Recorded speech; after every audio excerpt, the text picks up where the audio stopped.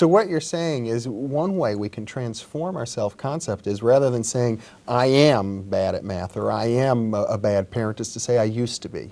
Well, as soon as you say I used to be, you're telling the truth. You had evidence that you used to be this and that. But it doesn't mean that you have to be in the future. You're not locked into it. It doesn't squeeze down your future to be exactly like your past. Well, to what extent are we the product of our past experiences? How can we just break away from the past? Well, we can't break away from the past, but we can kind of slowly pull ourselves away from the past into the future if we wish to. Example, if you go to a foreign country, you are going to start by speaking English because you have an enormous past history of speaking English effectively and correctly and in all situations. And people speak English back to me. So you're rewarded for it. Yeah. Well, when you do that in Paris, people look at you hard. They sure do. They would rather you'd speak French. And you therefore will begin to develop some new behaviors. And after a while, when someone walks up to you, you will speak in French. A little bit. A little bit, and then a little bit more. And you haven't lost your English. You haven't given up your past. You haven't gone back to some, you haven't become a new human being. When you visit the United States, you will find your ability to speak English is unimpaired. Now that's a tough one. I kind of understand what you're saying, but you hit me at a sore point because I kind of don't believe I could learn French. Well, because you used to not speak French. Right. All my life I used to not speak French. Right, from when you were very small. Right. Did you speak anything when you were born? No. We just babbled. You babbled, and not too well at that, perhaps. But you learned English. Yeah. Now, are you less capable of learning than when you were 2 years old?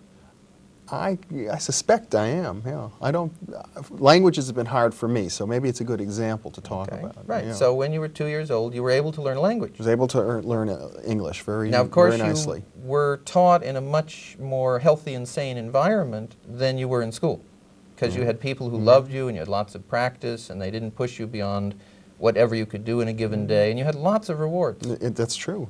Well, it turns out that if you try teaching a language that way to adults, with running around and playing and singing and play acting and lots of things with food, people learn a language in 1/5, 1/6, 1/8 the time that our conventional educational system says it takes. You know, now that you mention it, it's true. It's called accelerated learning or the Lozanoff method, super learning.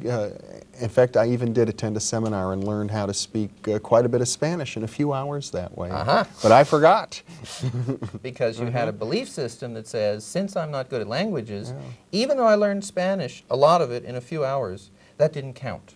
Yeah, right. So it's, what interests me is what does count.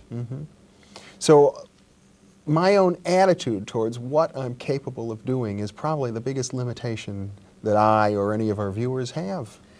It looks like it. Now, yes, there are social limitations. Yes, there are economic limitations. Yes, there are physical limitations. But if we look at 100 disadvantaged people and name your disadvantages and come back 20 years later, some of them have done magnificently. What happened? Why did those few do differently? Well, when we ask them, they say, well, my attitude was different than the other people. Other people around them will say it was luck. But that's the people who are still there. Yeah. But I have a definition of luck. It's cute, but it's useful to me. It's laboring under correct knowledge, which is why some people have more of it. And why do some people tend to make better decisions much of the time? Well, if you ask them, they say, I don't know, I just pay attention and do the best I can. But it's the paying attention that turns out to be critical. And that gets back to their attitude about themselves. Well, if we have an attitude about ourselves that limits us, you might call that incorrect knowledge. Right. Such as, I used to be bad at math is correct knowledge. I don't know what will happen in the future is correct knowledge. I am bad at math and don't you try and teach me anything. That's incorrect knowledge. Or I am a bad spouse, or I am not a good parent, or any attitude in any area of life. Or I'm an overweight person, which is the polite term. I can never lose weight. Right. I can't control my whatever it is Drinking, that you can't smoking, control. cocaine. All of these attitudes affect virtually every behavior. Well, it looks like if we're playing generations, there was the me generation and the kind of narcissistic generation, the human potential generation. Someone has suggested that our generation is the anonymous generation because there are so many groups of Alcoholics Anonymous, Overeaters Anonymous, Narcotics Anonymous, Yeah. and when you visit them, they're full of people with transformed attitudes. They're people who used to have the attitude of addiction, and now they have the attitude of power, pride, self-control, and remarkable development. I mean, they are probably the most impressive people that I've been meeting, other than a few people perhaps in the computer world. Well, how do we all become so ignorant about our potential that we allow ourselves to develop these attitudes? And many people, myself included, I'm sure, they become very deeply ingrained. I mean, there's some things I would refuse to believe I could do. Well, if you go to a kindergarten and you say to any kindergarten teacher, what percentage of the kids in this class can learn to play a musical instrument? The answer from any kindergarten teacher is 100%. Now, if you go to a 6th grade class and you say to a teacher, what percentage of the children can learn to play a musical instrument? The answer is about 40%. What's happened? Well, we're not sure what's happened, but it looks like a combination of parents and the school system have snuffed out not the ability, but the willingness to have the ability. Because if you turn it around and get one of those kids who quote, I can't play no musical instrument, I got no talent, I can't practice, I hate to practice, and I don't know which, and I'm tone deaf, the ultimate safety from learning any music. If you take that child or that adult and simply get them to let go of the attitudes, they can learn to play a musical instrument, not as quickly as a kindergartner, but almost. And so it's that kind of letting go and taking up a new attitude that I find very exciting. In other words, what you're saying is it doesn't matter how we got the attitude, no matter what happened to us. Our parents may have beat it into us, for example, if parents didn't like us. It's possible to change the attitude anyhow. Well, if it's possible to learn a new language by living somewhere else, if it's possible to learn to drive a stick shift if you've only driven an automatic, if it's possible to learn a computer, clearly we're capable of learning new things.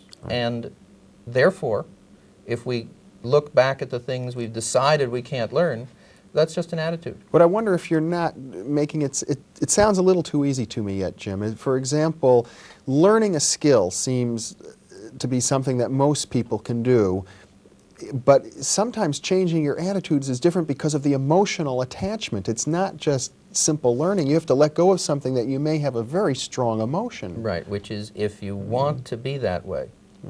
See, one of the problems... Or if you're afraid to be different. Or if you would disappoint your parents by being better. Now, I know that sounds paradoxical, but if you're brought up in a family with a couple of kids, in most families, one of the kids is nicer, and everyone in the family knows who that is. One of the kids is smarter, everyone knows who that is.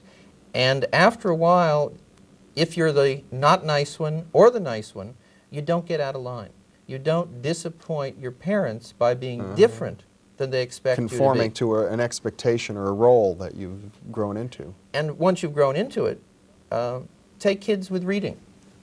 Children don't start out as bad readers because they start out as non-readers, all children. And then they get into school and some of them decide, I'm not a good reader. For various reasons, parenting, education, who knows. But then they can maintain it, usually with the school system support. They then are moved into that special group.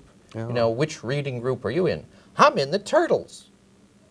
What are the turtles? That's the dumb kids. We're the bad readers. And then the child begins to think of themselves as a bad reader, as someone who is not as bright, and each year it's reinforced and redeveloped. Through labeling. Through labeling and through practice.